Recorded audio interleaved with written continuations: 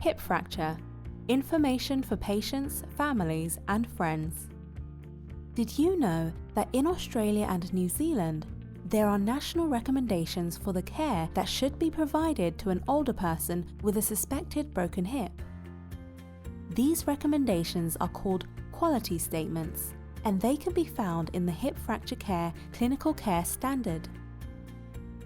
To help you understand a little more about how these recommendations are used, we would like to introduce you to Margaret. She lives at home with her husband John, and she is usually very active, walking for exercise each day and volunteering at her local library.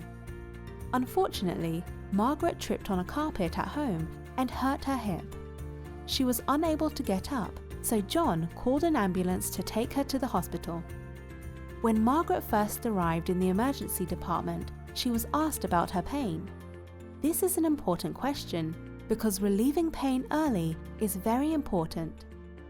Margaret was asked about her pain in the first 30 minutes of arriving at hospital and was given pain relief if it was needed. The pain relief is usually given as a nerve block, which numbs the leg.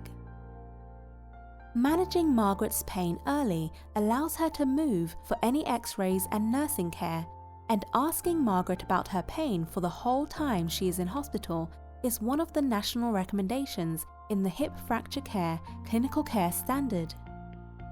The x-ray shows that Margaret has broken her hip, so the hospital admits her to hospital and plans are made for her treatment. Margaret is looked after by a multidisciplinary team of doctors, nurses, and allied health professionals. To help with planning the right treatment, Margaret and John are asked lots of questions. These questions check Margaret's memory and thinking and helps the team to understand her goals of treatment based on what is important to Margaret. This helps with the creation of an individual care plan. The Hip Fracture Care Clinical Care Standard recommends these questions should be asked so that the team can plan Margaret's treatment and recovery, knowing what is important to her. The multidisciplinary team advised Margaret the best treatment for her is an operation. After considering the doctor's recommendations and discussing them with John, Margaret agrees to have an operation to fix her broken hip. The Hip Fracture Care Clinical Care Standard recommends the operation should be done within 48 hours of Margaret arriving at hospital. Everything moves very quickly, and the day after the operation, the team give Margaret an opportunity to stand up and take some steps.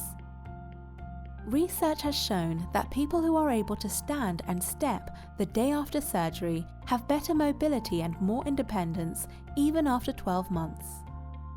This is why getting up from bed the day after surgery is recommended. Getting up can be scary and very hard, but the health professionals and family and friends support Margaret so she feels she is not doing this all on her own. Each day, Margaret walks a little bit further and gains a little bit more confidence. However, she is worried about how she will cope at home. Margaret and John talk to the different health professionals until they are happy that the plan for Margaret's ongoing recovery is just right for her and will give her the best chance of getting back to the things she enjoys. This plan includes checking her bone health and a plan to reduce the risk of another fall. It includes exercises to improve Margaret's strength and balance, a plan to remove hazards in her home, and talking to a doctor about medicine to strengthen her bones. All these appointments and plans are written down, and a copy is given to Margaret and John and also sent to her family doctor. Margaret is now ready to start the next part of her recovery.